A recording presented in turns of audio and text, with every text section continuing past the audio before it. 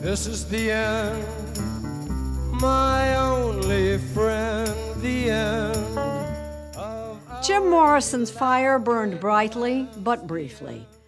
The lead singer of The Doors was just 27 when he died back in 1971. All these years later, as John Blackstone tells us, we're still uncovering untold chapters of Jim Morrison's lyrical life.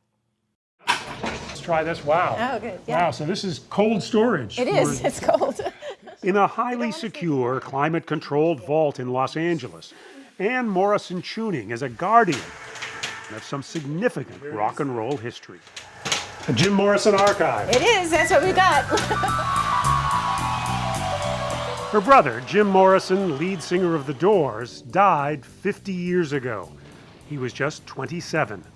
But he left behind boxes filled with journals, poems, riders on the storm. and handwritten lyrics of what would become hit songs. Looks like an album cover almost. I know. Photo, It could be. There's Morrison's passport and family photos. Here's Jim and his cousin At a door. at a door. How old was he when he drew that? He was probably 18. And a drawing he made of his younger sister. Jim self-published his own books. Chewning has now put much of what she found in the vault into a nearly 600-page book, The Collected Works of Jim Morrison. As well as lyrics and journals, the book includes poetry by Morrison never before published. Growing up, he seemed destined to be a poet, which Chewning didn't think was a good idea. No, who thinks their brother can make it as a poet, you know? Morrison suddenly became famous in 1967 with The Doors' first hit, Light My Fire. It happened so fast, Chewning didn't even realize who she was hearing on the radio. I got a package from my mom. It was just an album cover, and I opened it up, and the front was my brother, front and center. And so I knew then that he was Jim Morrison of The Doors. How surprised were you? Awestruck. I mean, who would have guessed it? Morrison had just graduated from film school at UCLA when another graduate, keyboard player Ray Manzarek, invited him to form a band. Manzarek died in 2013. Jim was over there in the vocal booth. We met the two remaining members of The Doors, drummer John Densmore and guitarist Robbie Krieger, at the studio where they recorded their first album in 1966. I was over there. You were right around here somewhere. Ray was right around here. It took how long? A few weeks?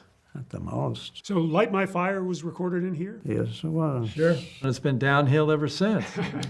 Well, not exactly. Break on through to the other side. From the late 60s to the early 70s, The Doors released hit Hello, I love you, won't you tell me your name? after hit. Come on, come on, come on, come on, now touch me, babe. They sold more than 100 million records worldwide. In live performances, Morrison, usually dressed in leather pants, could be electrifying and unpredictable. He was arrested twice for his exploits on stage, including a conviction for indecent exposure during a concert in Miami. Alcohol came into the picture, you know. Drugs, too. On July 3rd, 1971, Morrison was found dead in the bathtub of the apartment where he was living in Paris.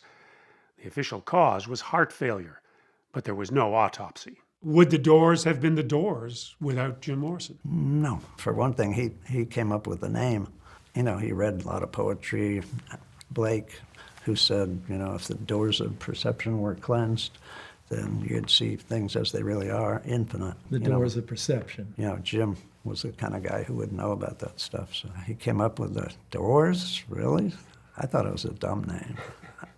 I didn't get it.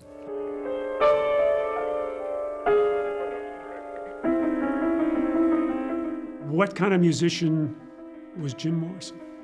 Well, he wasn't really a musician. He was more of a word musician, magician. You know, he could plink on the piano a little bit. Very little. This is the end.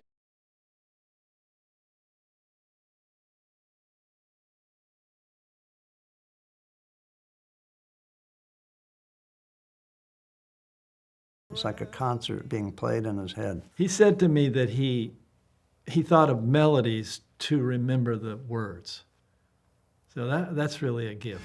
You know that it would be untrue. Morrison wrote many of the band's songs, but not Light My Fire. That was my song. I wrote those words, most of them. The poetry book should have "Our love become a funeral pyre," which was the one line Jim added to Robbie's song. Well, the other line he added was, try to set the night on fire. Oh, really? Yeah, because Oh, well. at the end I was just going, "Come on, baby, light my fire." And he says, "Hey, let's change it to try and set the night on fire." Nice. Try to set the night on fire. Turns out that was a line Morrison had written sometime earlier in a notebook as part of a poem.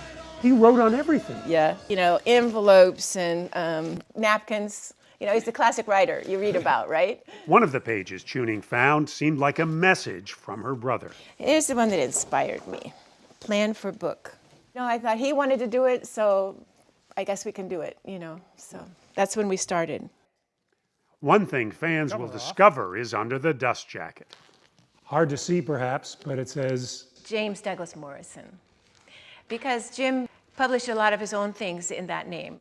And do you think Jim would have been happier in some ways being James Douglas Morrison, poet, rather than Jim Morrison, rock star? Well, sometimes he spoke of it himself a couple of ways, and he said maybe he wouldn't mind have been just a poet in a garden, in a little house. But then he also said, the past few years, I'd never have met so many people and done so many things without being in the band. So I think he was of two minds.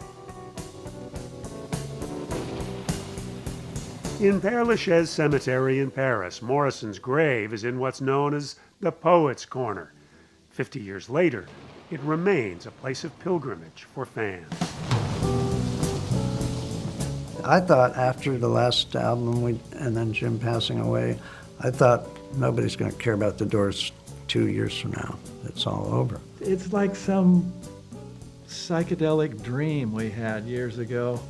We're still in it. Riders on the storm. Riders on the storm. Into this house we're born. Into this world we're thrown.